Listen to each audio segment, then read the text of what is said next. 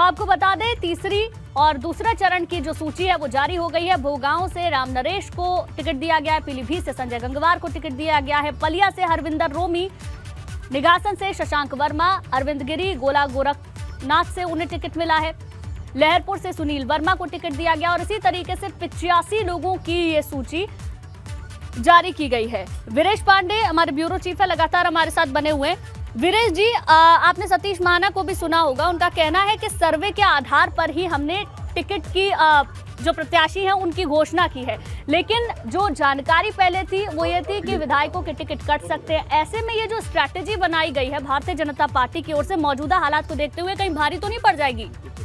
देखिए, भारतीय जनता पार्टी पर भारी पड़ेगी या उस पर नहीं पड़ेगी। भारतीय जनता पार्टी ने जब स्ट्रेटजी बनाया है तो पहले कुछ अलग स्ट्रेटजी बनाई, परिस्थितियों के हिसाब से। जिस तरीके से समाजवादी पार्टी ने भारतीय जनता पार्टी में सेंधमारी की, उसके बाद से अलग स्ट्रेटजी बनाई।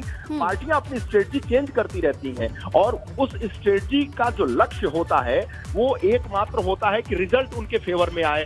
और आपने कहा कि भारी पड़ जाएगा, लेकिन उनके नजरिए से अगर देखा जाए तो ये स्ट्रेटजी उनके पक्ष में जाएगी, ऐसा मानना है भारतीय जनता पार्टी के नेताओं का। आपने सुना कि सतीश महाना कई बार के एमएलए हैं, कैबिनेट मंत्री हैं, तो ऐसे में वो बहुत ही पार्टी के वरिष्ठ नेता माने जाते हैं। अगर वो ये कह रहे हैं तो पार्टी अपनी स्ट्रेटजी बनाती है, लेकिन रिजल्ट के दिन पता चलता है। कोई ऐसी पार्टी हारने के लिए स्ट्रेटजी नहीं बनाती, अपनी रणनीति उसी लिहाज से बनाती है कि उसको फायदा हो सके। लेकिन परिणाम उसके पक्ष में जब जाता है तो कहते हैं कि ये हमारे चाणक्य हैं, ये हमारे रणनीतिकार हैं, ये हमारे एक्सपर्ट हैं। और ठीक है वीरेश जी, लौटूंगी आपके पास।